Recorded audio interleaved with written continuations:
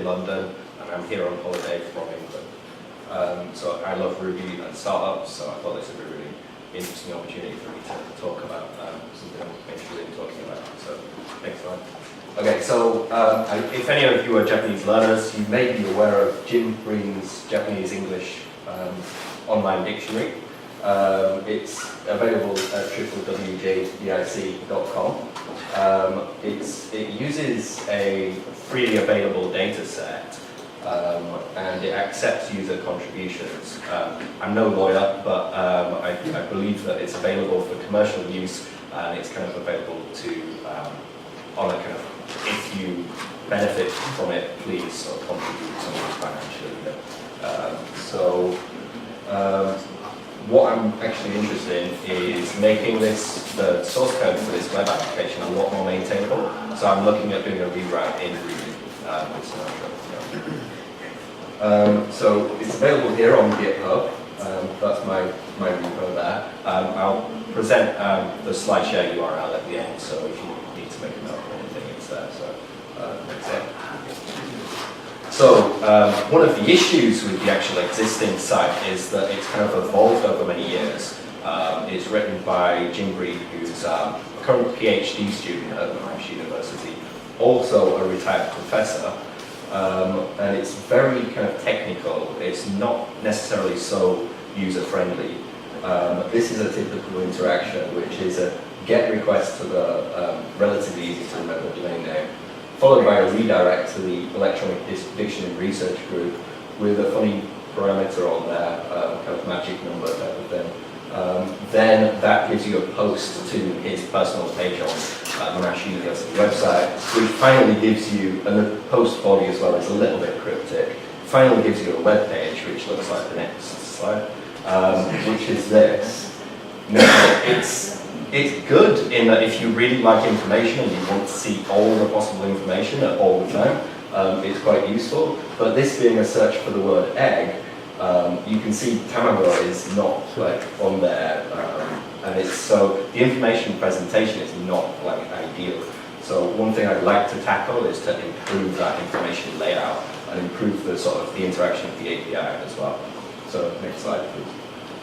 So these are the aims of the rewrite of the project, is that to introduce a JSON API, create a cleaner UI, and have some kind of nice features like JavaScript autocomplete, this kind of like stuff that gives people a nice user experience. Another aim is maintainability. Now, as I said, Jim is a retired professor. The existing code is about 2,000 lines of C, so it's a web app that's written in C and it's evolved over many years. So I don't think that many people are going to want to get stuck into this code base. So yeah, and I've tried. I've had a look, you know. So that's why I've chosen Ruby. That's my language of choice. So next slide. So this is what I've got so far, a very simple kind of API. This may evolve and develop, but it's just a simple GET request to the domain, followed by the thing with a .json. Gives you back some nice JSON. The UI as well is, I want to make it a little simplified. Now I'm not a front-end developer, so all I did is strip out a load of the markup and just try and like look at making that easier. So, you know, you'd be able to click on one of those, get more information, I think. You know, so, but I definitely appreciate any input from any kind of front-end guys, UX guys, or anything like that. So next slide, please. I've done some autocomplete, so this is starting to search for something. It's just kind of, you know, just trying to improve that usability there. So that's using, if we go to the next slide. So it's this is pronounced tree or try. To distinguish from a tree data structure. I've completely ripped off the idea from an anti-res who wrote Redis from his blog post. So if we go to the next slide.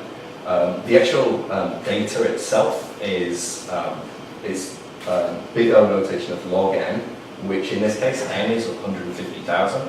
Now that means it's fast. It's really a usable thing. The space complexity that's the trade-off, and the trade-off is that it's n times the average length of a word plus 1. That works out for this database of 150,000 entries, like 51 megabytes. So it's absolutely not a trade-off at all. So it's a really efficient way to access this information. So if we go to the next slide. Here's what the data looks like. Here's a search for, starting from the word egg, what's the next list in the Z range, it's called. If we go to the next one, and here's like the algorithm. So what we're doing here is, and this is totally ripped off from his blog post, but what we're doing is we're getting the list of results back. And this is after having pressed the keys E, G, and then it's getting a list of matches back. And you can see here, this is where it's matching.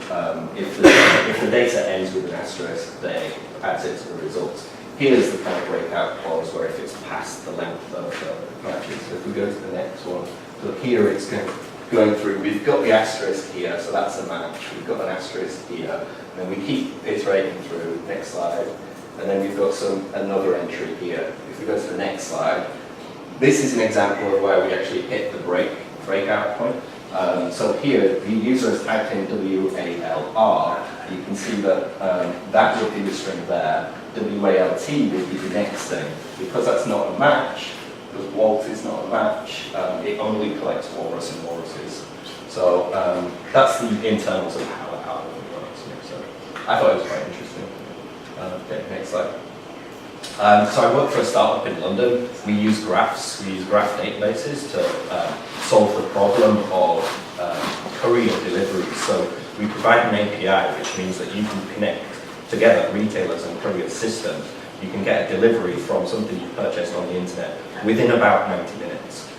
So this actual data structure is really useful for us. We have a carrier who operates a vehicle within a locality. That contains a store and it's open on a certain minute. So it's a really good, efficient way of storing this data for us and accessing it, and we get some really fast generation of quotes, which would be much better than the equivalent like SQL data. So go to the next slide. So languages are not naturally isomorphic. There's not a one-to-one mapping between any word in English and Japanese, and so it is much more suited to a graph database. So that's one of the things that I'd be interested in exploring, is how we can map this data to a database. Here we have the word sugoi, which has completely opposite meanings. It can mean dreadful or terrible, but it can also mean wonderful. I was in Japan for the day of the earthquake. A guy was trying to practice his English with me. He said, today is a really great day for Japan. And I was struggling to understand what he meant by great day. Obviously, he was going from from here to here, when he should have been going from here to here, you know. So the way that sense works is kind of, it's not a simple one-to-one mapping. So I'd be really interested in exploring these ideas and building up a network of interaction of how the Japanese language intersects with the English language. Go to the next slide. Another set of data that we have access to, because Jim Breen has the Google Engrams. An engram is basically a sequence of words which often appear in order together. So here we have a trove of millions and millions of documents on the internet. And in this case, we've got 29 results for Anshin Reform in Ochikamichi.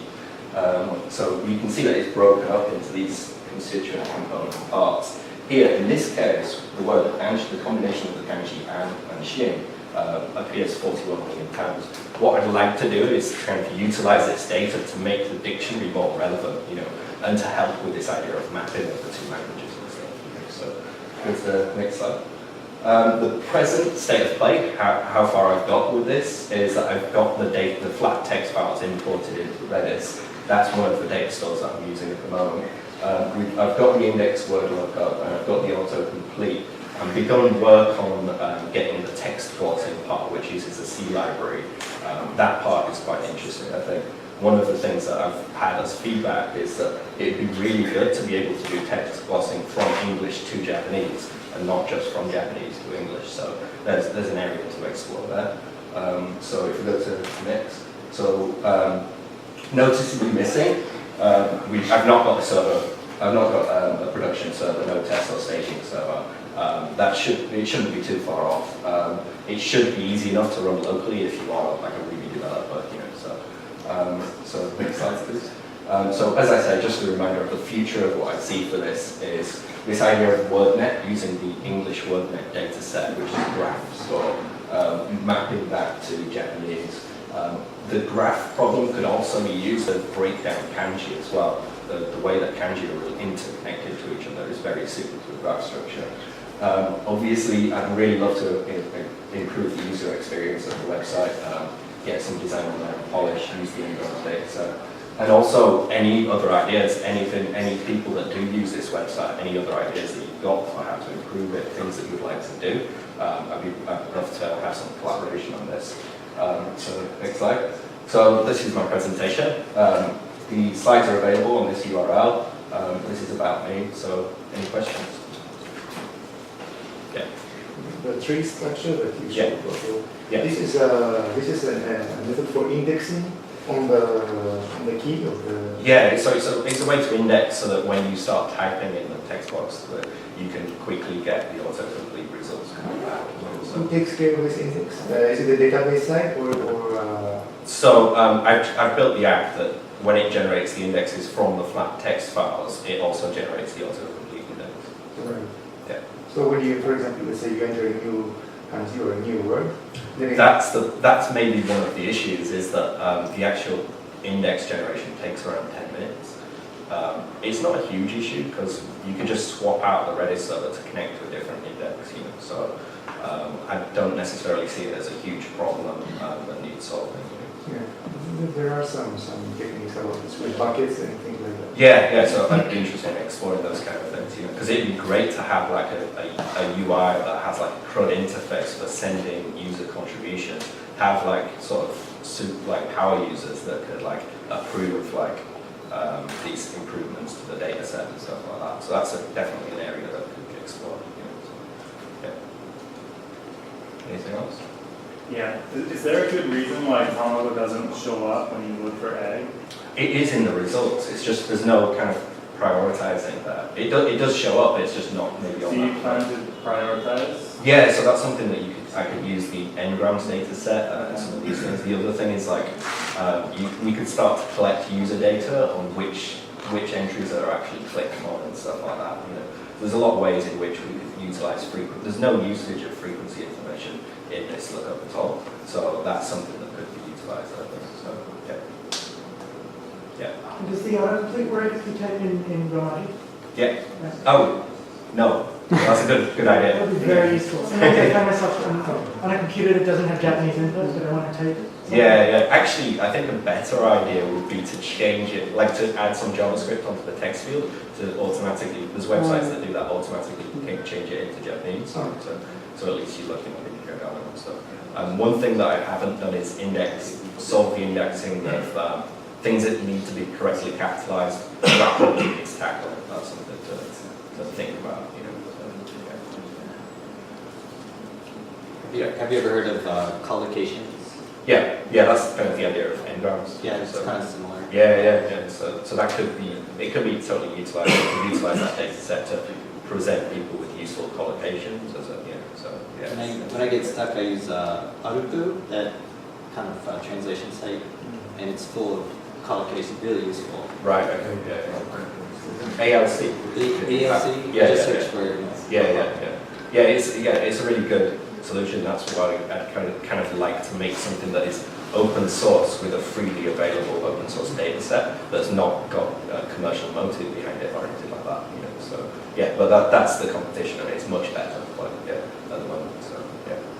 So you bring up also the examples in your database or just the dictionary? Not yet, but yeah, the Tanaka corpus. Right. Yeah, I have done some work towards just generating those in indexes, but yeah, that's on the to-do list as well. Yeah. But one thing about this is that we could release like at least the word search page like separately because it's just a bunch of links at the top. So you could do this in a stage kind of release. So, yeah. Okay. Any more questions? Okay. All right. Thanks. Thank you.